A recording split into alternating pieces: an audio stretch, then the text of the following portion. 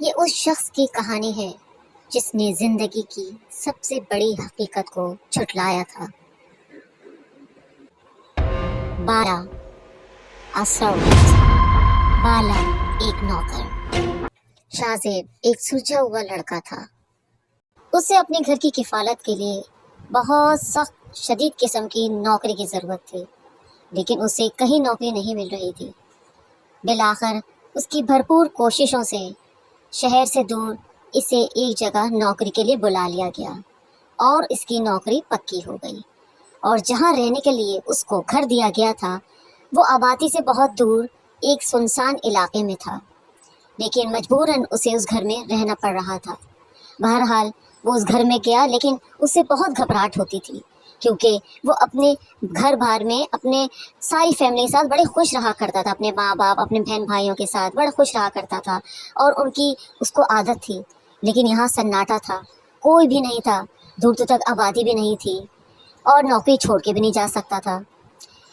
تو ایک دن اس نے سوچا کیوں نہ ایک ایسا نوکر رکھ لوں جو میرے ساتھ رہے، مجھ سے باتیں بھی کرے اور میری تنہائی بھی دور ہو جائے۔ اس طرح اس نے اپنے دوستوں سے کہا تو دوستوں نے اسے ایک نوکر کا بتایا کہ وہ بہت اچھا ہے اور آج کل بے روزگار بھی ہے، اسے بھی ایک ایسے گھر کی تلاش ہے۔ تو اس نے اس کو اپنے گھر رکھ لیا، اور اس کا نام تھا بالا۔ وہ بہت اچھا، نیک دل اور بہت نفاست سے کام کرنے والا انسان تھا۔ یہ شاہ زیب سے عمر میں بہت بڑے تھے، لیکن دوستوں کی طرح وہ شاہ زیب کو ڈیل کرتے تھے، اور شاہ زیب بھی ان کو دوستوں کی طرح سمجھنے لگا تھا۔ کب کھانا دینا ہے اور کب چائے دینی ہے، ہر طرح سے اس کا خیال رکھتے تھے۔ جس دن شاہ زیب کی چھٹی ہوتی تھی، یہ دونوں گھر کے باہر بیٹھے گھنٹوں باتیں کیا کرتے تھے۔ شاہ زیب کو جیسے بالا کی عادت ہو گئی تھی، دونوں ایک دوسرے کی دل جوئی کرتے تھے، ایک دوسرے سے ڈھیروں باتیں کرتے، اور یوں دونوں ایک دوسرے کی تنہائی دور کرتے تھے۔ بالا شاہ زیب کا اپنے بیٹوں کی طرح خیال رکھنے لگے تھے۔ وہ کہتے تھے کہ شاہ زیب مجھے تم بالا ہی کہا کرو، میری عمر پہ نہ جاؤ، کیونکہ میں تمہارے دوست بن کر آیا ہوں یہاں پر۔ بالا کی یہ بات سنتا تھا تو شاہ زیب اکثر مسکرا دیا کرتا تھا۔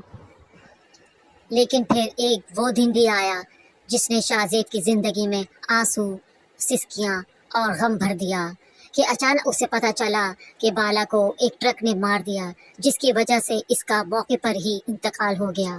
شاہ زیب تو جیسے بکھر کر رہ گیا، اس کو کچھ سمجھ نہیں آیا۔ اس نے اتنی بڑی ہستی جو اس کی زندگی میں خوشیاں لائی تھی، وہ اچانک اسے ہمیشہ کے لیے چھوڑ کے جا چکی تھی۔ اس کا ذہن یہ بات قبول کرنے کو بالکل آمادہ نہ تھا۔ اس کا گھر تو گھر، لیکن آفس میں بھی دل نہیں لگ رہا تھا، نہ کچھ کھانے کا دل چاہ رہا تھا نہ پینے کا، بس اس نے یہ 2 دن ایسے گزارے جیسے کوئی مردہ انسان گزارتا ہے۔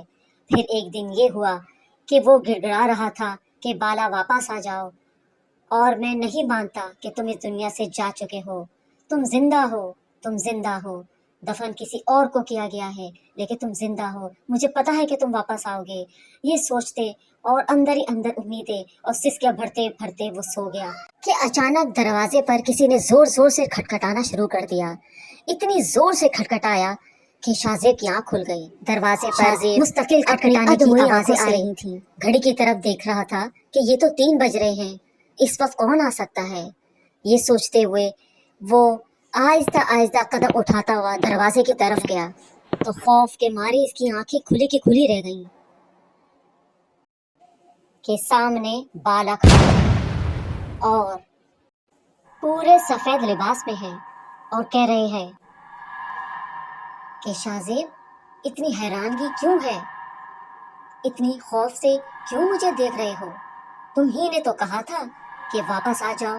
لو، میں واپس آ گیا، اور لو چائے پی لو، دیکھو تمہارے چائے پینے کا وقت ہے۔ یہ دیکھنا اور سننا تھا کہ شاہ زیب کی تو جیسے ہوش ٹھکانے ہی لگ گئے ہیں۔ اس نے بے ہوش ہوتے ہوتے اپنے آپ کو سنبھالا اور پھر ہوش میں آیا۔ اب اس نے جلدی سے دروازہ بند کیا اور جا کے دبک کے بیڈ کے نیچے، پلنگ کے نیچے چلا گیا۔ پلنگ کے نیچے جانے کے بعد مسلسل کان لگائے رہا کہ کہیں بالا اور یہ جو بھی ہے اندر تو نہیں آ گیا۔ یہ سوچتے سوچتے، انتظار کرتے کرتے اور خوف زدہ ہوتے ہوتے اس کی آنکھ لگ گئی۔ اسے کچھ پتہ نہیں چلا۔ پھر جب صبح ہوئی تو اسے ایسا لگا جیسے اس نے کوئی خواب سا دیکھا ہو، جیسا اس کو خواب آیا ہے۔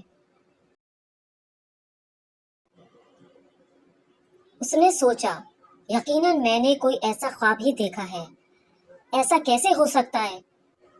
اس نے سوچا کہ شاید میں خواب دیکھ رہا تھا۔